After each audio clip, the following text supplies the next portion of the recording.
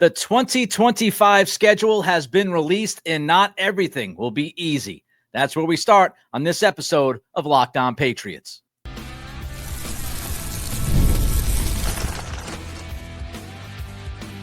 You are Locked On Patriots, your daily New England Patriots podcast. Part of the Locked On Podcast Network, your team every day. What's up, Patriots fans? I'm your host, Nick Cattles, born and raised in New England, your New England Patriots expert, host of the Everything Pats podcast, co-host of the Greg Bedard Patriots podcast with Nick Cattles, and also a sports talk show host veteran. On today's show, the softest stretch on paper for the Patriots this season, and we break down the primetime schedule that's upcoming. But first, we start with the steepest hill to climb. We appreciate you joining the show, making us your first listen, and for being an everydayer. The Locked On Patriots podcast is a proud partner of the Locked On Podcast Network, your team every day. As we get ready to break down this schedule, we'll look at the hardest stretch, the softest stretch, the primetime games. We have to understand that strength of schedule is only a thing before the season kicks off. It's going to continue to evolve throughout the season. So what looks easy might end up being hard, and vice versa. So we have to acknowledge that. Last year, we thought the Patriots had one of the toughest schedules in all of football. When the season was over, they were right about the middle of the pack. So these things change. This is another off-season on-paper scenario. And that strength of schedule will continue to change throughout the season. It might be tougher. It might be weaker. We'll have to wait and see. But let's look at this schedule on paper. And let's start with the hardest stretch of the 2025 season. And I think it starts week 12. Week 12, the Patriots play at Cincinnati. And then they have a little bit of a respite. So there is a caveat here. This is the toughest stretch for about a month plus.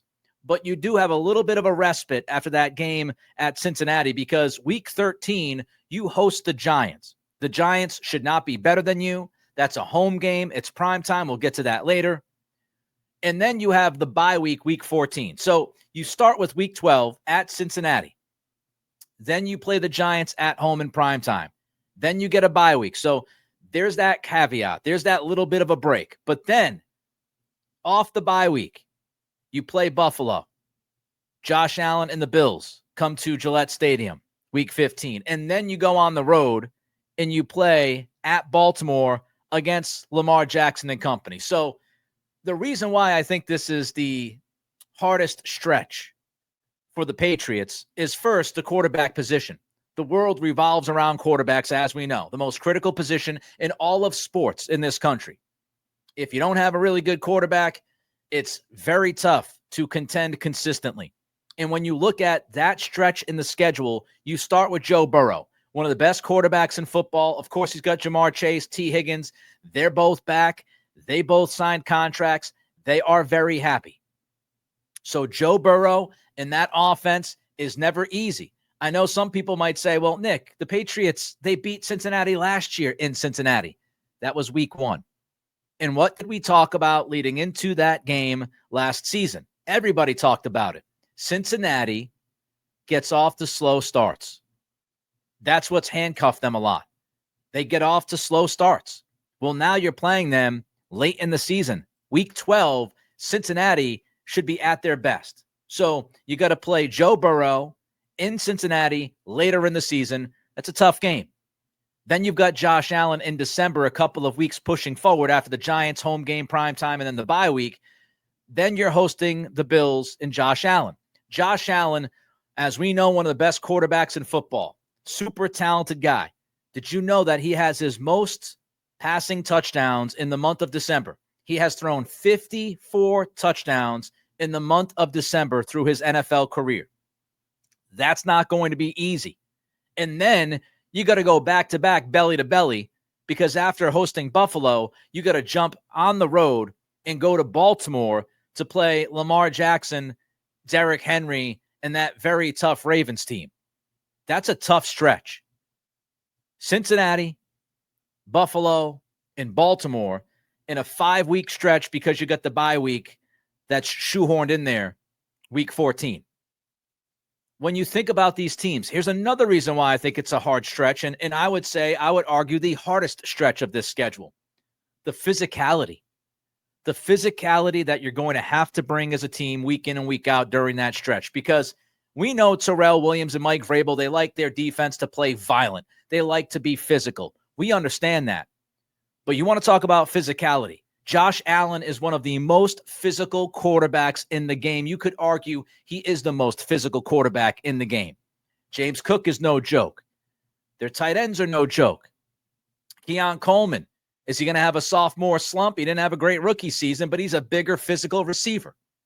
In Buffalo, they have revamped that defense. So you're talking about a physical football team in the Buffalo Bills in December. And then you've got to go, again, back-to-back, you go to Baltimore, and we all know that Baltimore is physical.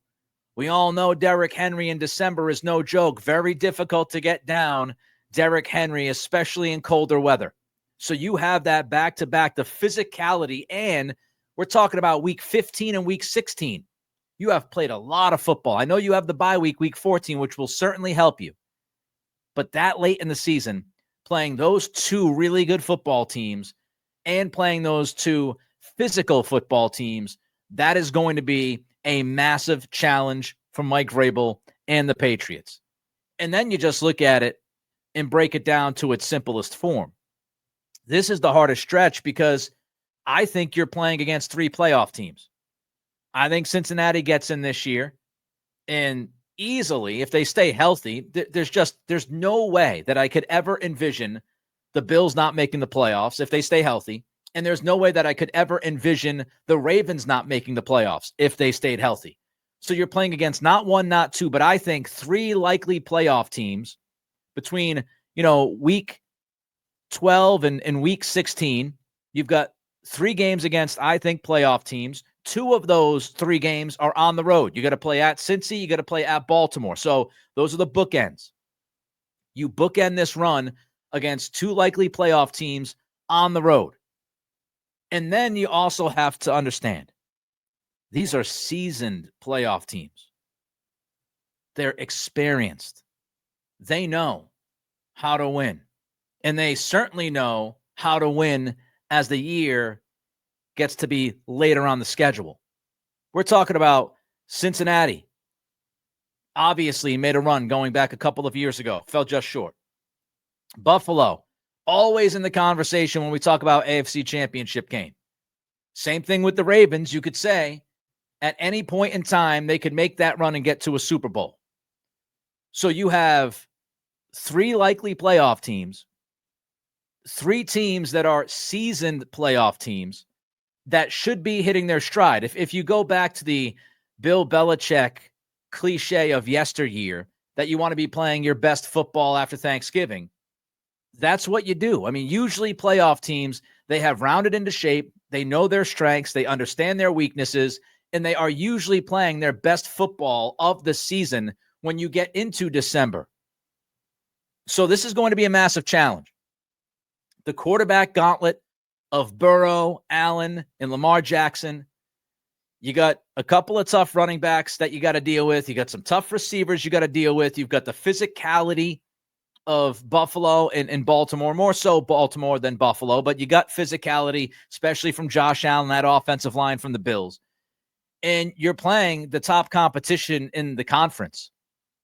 Aside from the Kansas City Chiefs, you're playing three of the best teams, at least on paper, and they've backed it up the past few years by making the playoffs and making some runs. So you're playing three of the best teams in your conference, and two of those on the road. So that, to me, is the hardest stretch this season, week 12 to week 16. But there is that little bit of a break playing against a bad Giants team, week 13, and then you got the bye week, week 14.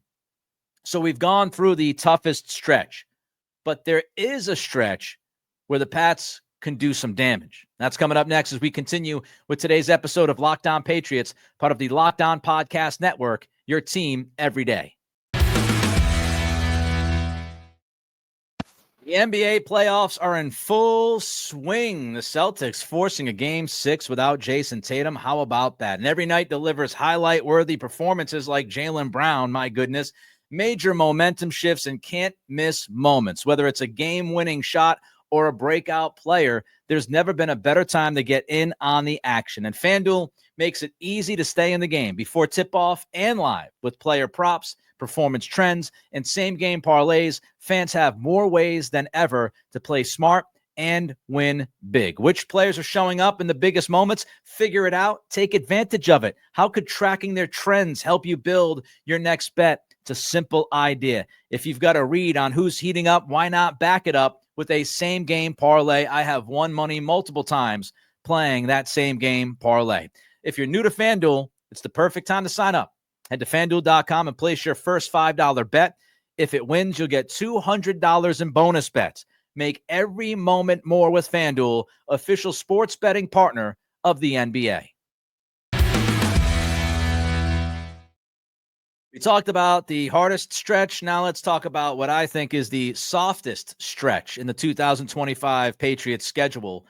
You know, back-to-back 4-win seasons. It is crucial, as Mike Vrabel said in his introductory press conference, it is crucial to take advantage of bad football. And the Patriots have been incapable of doing that the past 2 years. You don't have to be great. A lot of games in the NFL are decided by one score. A lot one-score games that we look at the end of the year and go, oh, man, if you only did this, if you only did that, how many games did you lose by 3? How many did you lose by 6? How many did you lose by 7?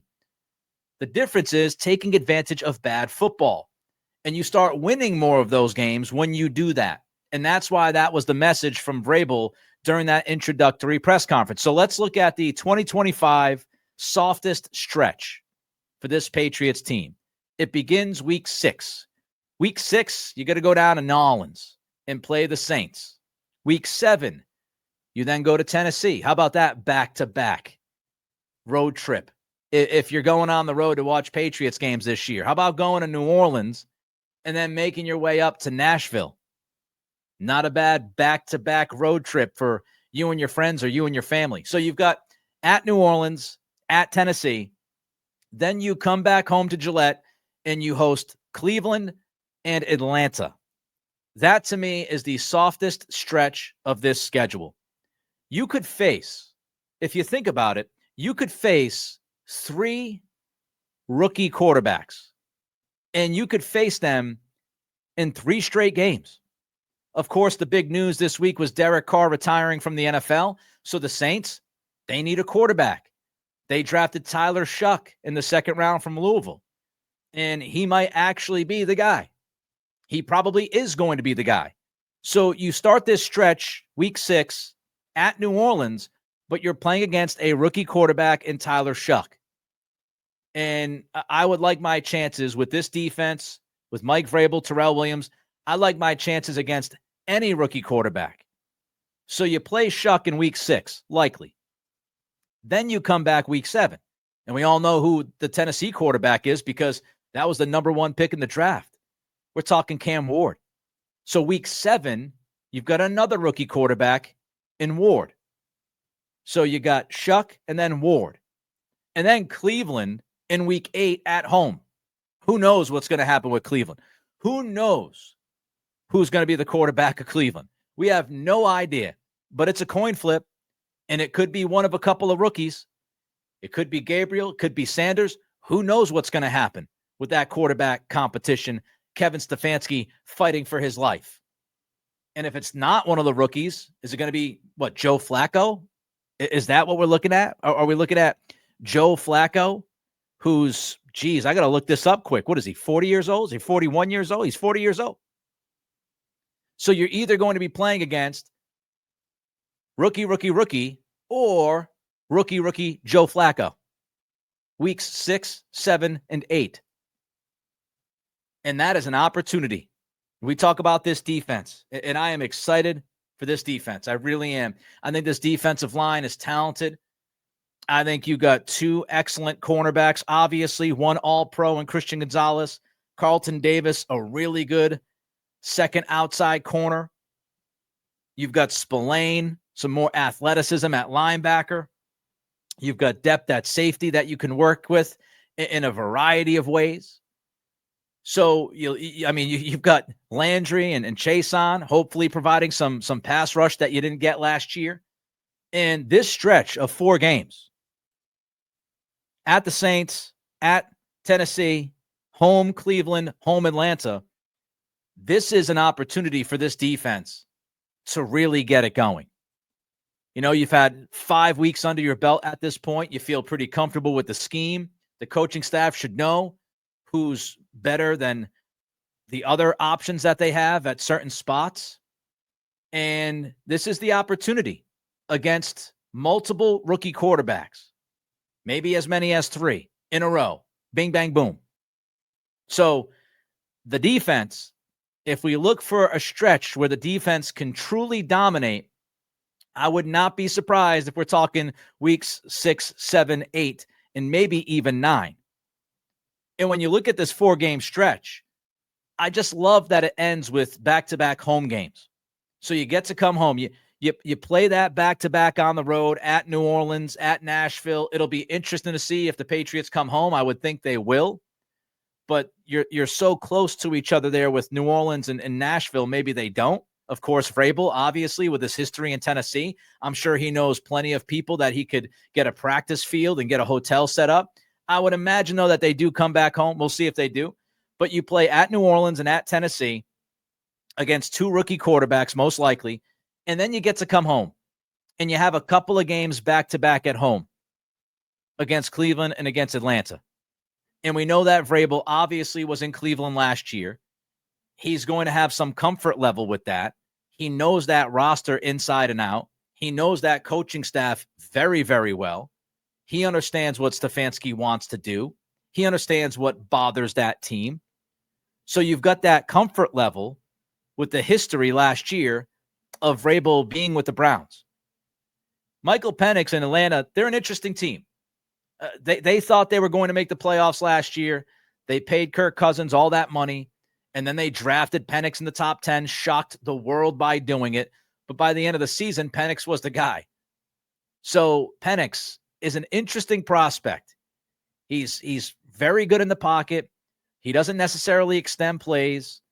He's not necessarily great in the middle of the field. At least he wasn't at Washington. And he's got to go on the road.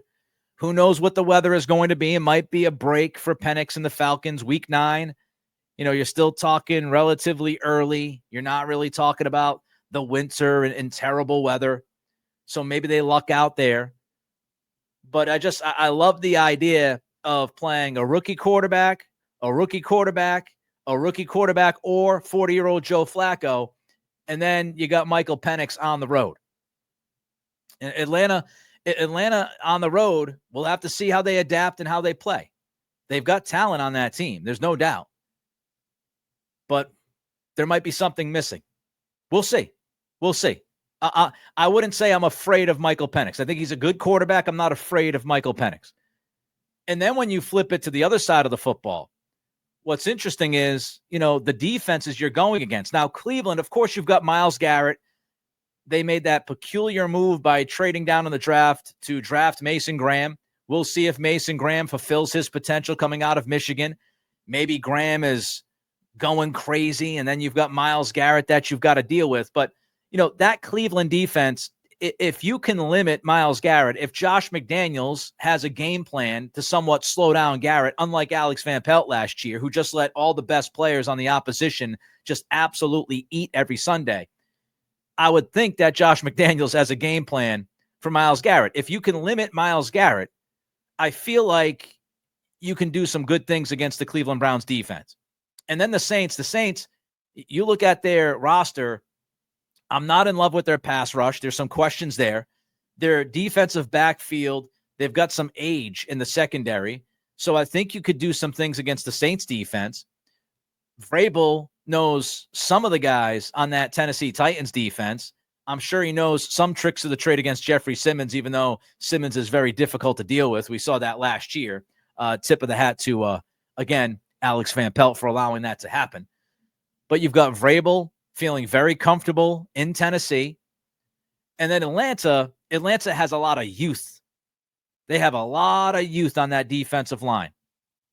And, can they get that going? They made the two big additions this past draft on that defensive line.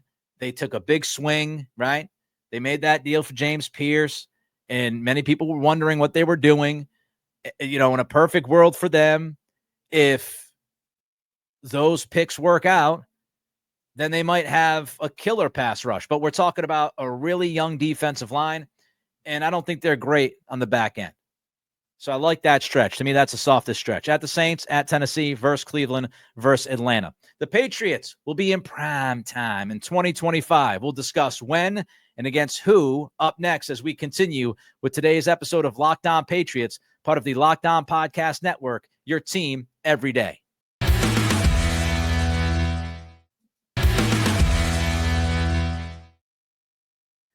An indication that the NFL feels like you are a team that people are interested in is giving you primetime games.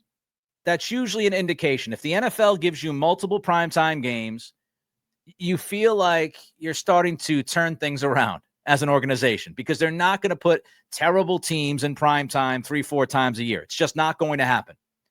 Just look at last season. The NFL told us everything they felt about this Patriots organization and that roster. They told us everything we needed to know when we got the schedule for 2024. And there was, wait a minute, let me check my note. One primetime game. Week 3, Thursday Night Football against the Jets. The NFL was telling us, your team's not good. We don't want you on primetime. We want to run away from you. This year, it's a little bit different.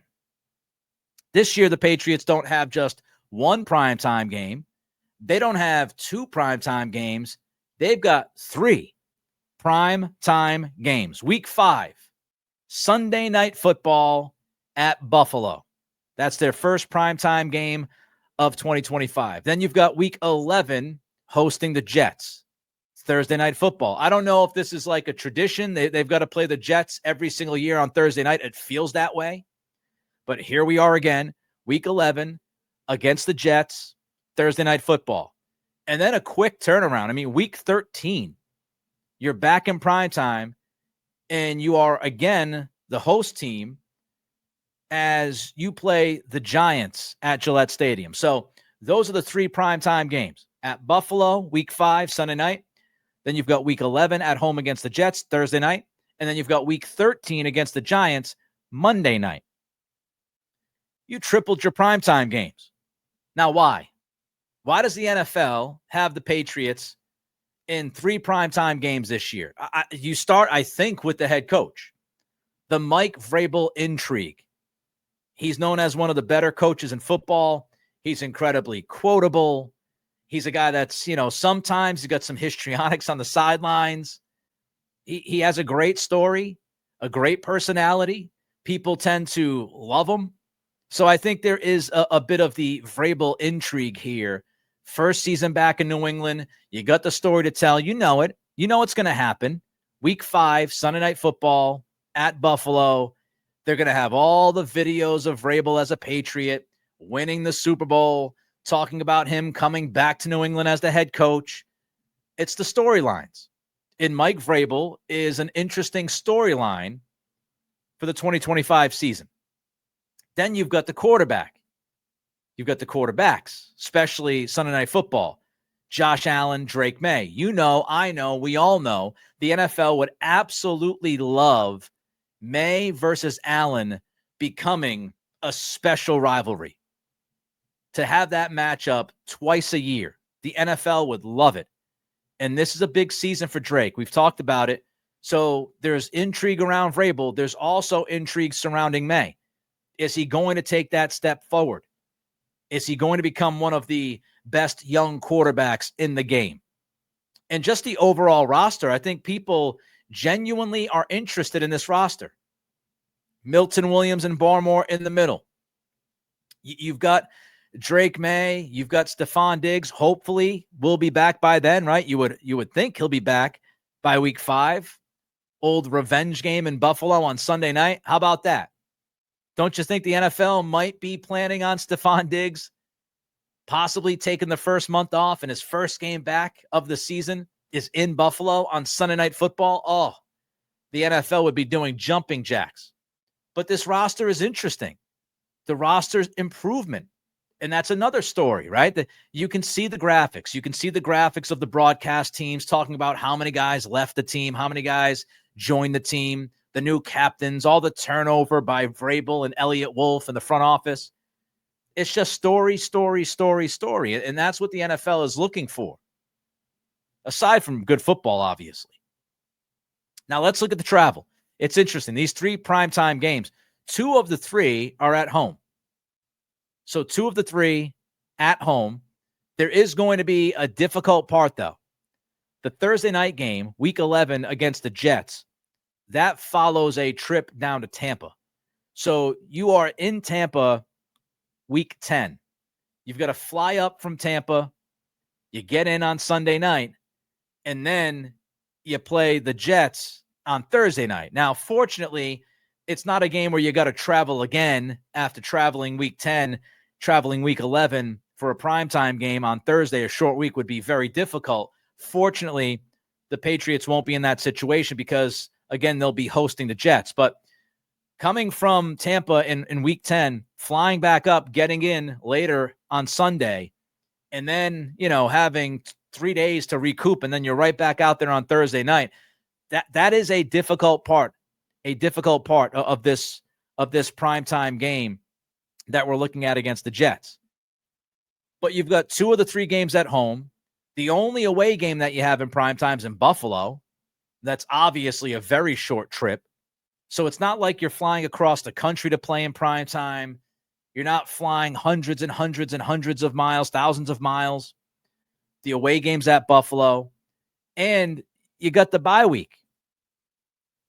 You got the bye week after, playing 2 primetime games in 3 weeks, which will be a nice little break because you've got the Jets Week 11 Thursday night. You got the Giants Week 13 Monday night, and then there's your bye week, Week 14. So at least after playing 2 of the 3 primetime games within a 3-week period, you will have that bye week to kind of take a deep breath. And then, of course, as we mentioned earlier on this episode, after the bye week, you got to get ready because you're playing the Bills and the Ravens right after that bye week. But at least you got that bye week and you have, no more primetime games. You're done with primetime after Week 13. I would warn all of you, the Monday night game might get flexed. I don't know if by the end of 2025, we'll say the Patriots had 3 primetime games. Now, one of those games later in the season could be flexed. The Buffalo game could easily be flexed depending on how the Patriots are at that point.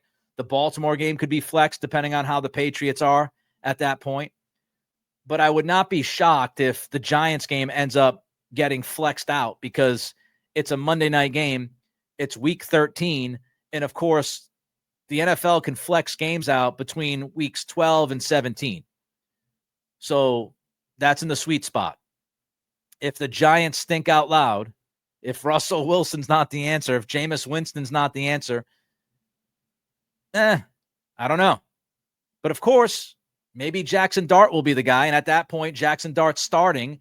And maybe the NFL says, yeah, we want Jackson Dart on Monday Night Football because he's a young, exciting quarterback. But I want to be shocked if that was flexed. But it's a great sign that the Patriots are back in primetime multiple times this year. 3 primetime games because that means the NFL is taking them much more seriously than they did a year ago. That wraps up this edition of Locked On Patriots. On tomorrow's show, I'll have 3 other big schedule takeaways. Let me know your thoughts on today's topics. Reach out to me on Twitter at Nick C Radio. And don't forget to throw a comment in on the YouTube channel. Thank you for making Locked On Patriots your first listen today. And for your second listen, check out Locked On NFL Scouting. Kyle Krabs, Joe Marino, they'll have a bunch of schedule talk, and they will make you the most informed NFL fan this offseason. Find Locked On NFL Scouting on YouTube or wherever you listen to podcasts. Have a great day, and we will see you tomorrow.